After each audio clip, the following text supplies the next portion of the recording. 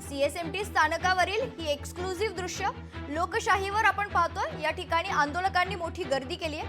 आज खरं तर मुंबईत हजारोंच्या संख्येत मराठा बांधव मराठा आंदोलक दाखल झालेले आहेत। मराठा आरक्षणाच्या मुद्द्याला घेऊन आंदोलन सुरू आहे आणि त्याच अनुषंगाने जर आपण ही दृश्य पाहिली सीएसएमटी स्थानकावरची, तर या ठिकाणी आंदोलकांची मोठी गर्दी पाहायला मिळते। लोकशाही मराठीवर ही एक्सक्लुझिव्ह दृश्य खरं तर सीएसएमटी स्थानकाची दृश्य आहेत। सीएसएमटी स्थानकावर आंदोलकांनी मोठी गर्दी केलेली आहे।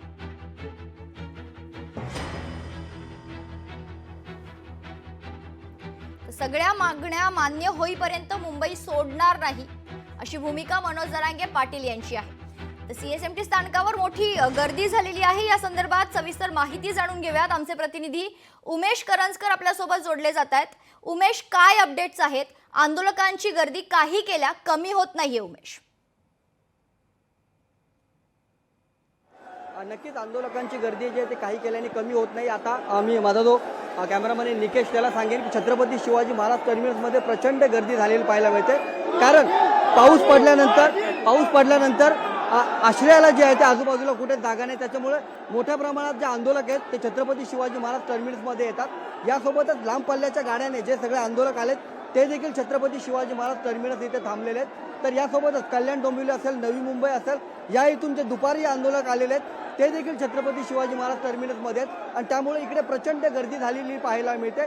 एकूणच काय तर आंदोलन जे आहे ते अगदी शांततेत व्हावं यासाठी मनोज जरांगे पाटील यांनी सातत्याने सूचना केलेल्या आहेत। मात्र तरी या सगळ्या परिसरामध्ये आंदोलक मोठ्या प्रमाणात जमले असले तरी लोकल सेवेवर याचा कुठलाही परिणाम नाहीये।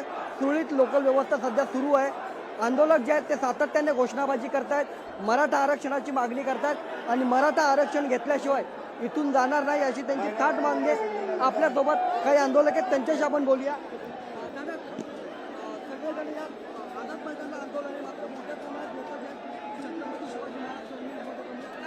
चौकडेच आहेत, मुंबईमध्ये चौकडेच आहेत।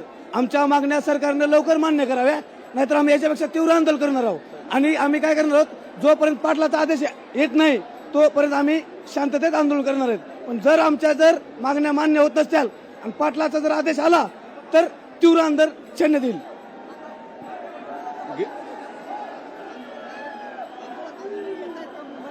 खरं तर आंदोलन ही काळाची गरज आहे। आज जर मराठा समाजाचा विचार केला तर मराठा समाज हा गावगाड्यावर अतिशय मागासलेला झालेला आहे। ऊस कामगार कोण असेल तर आमचा मराठा बांधव आहे। आज जर शहराचा विचार केला तर झोपडपट्टीमध्ये राहणारा कोण आहे तो आमचा मराठा बांधव आहे। आज शिक्षणापासून आमचा मराठा बांधव खूप वंचित राहत आहे। याला कारण काय असेल तर शेतीमधून होणारं उत्पन्न आणि उत्पन्नाच्या होणाऱ्या कमी किमती।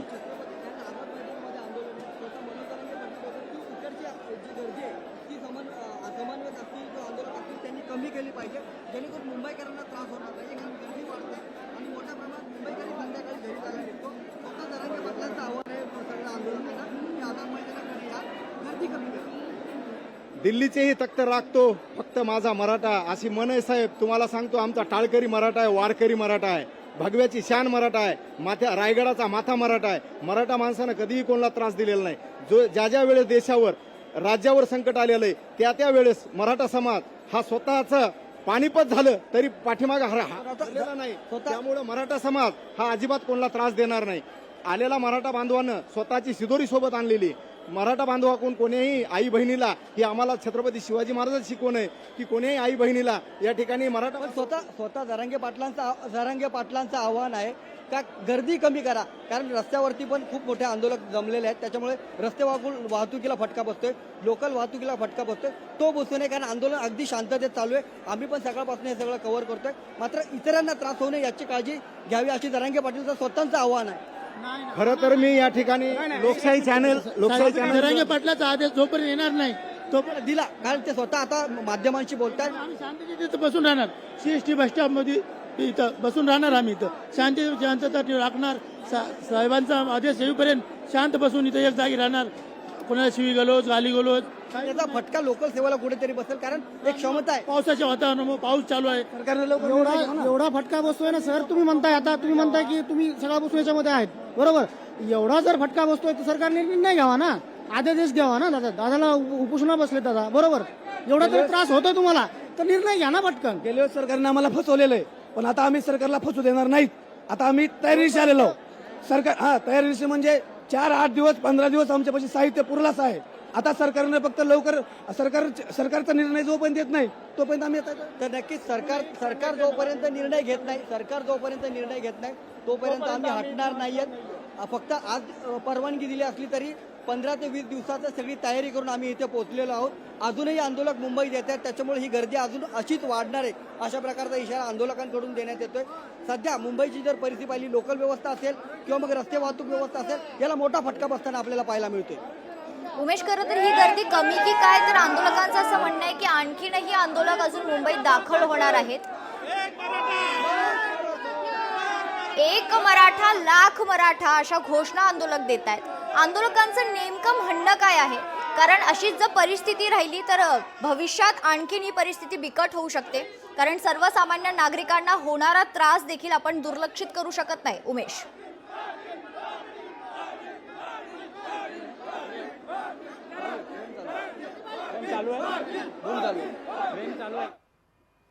तर उमेश पर्यंत आपला आवाज पोहोचत नाहीये. मात्र जर आपण ही दृश्य पाहिली तर मोठ्या संख्येनं मराठा आंदोलक CSMT स्थानकावर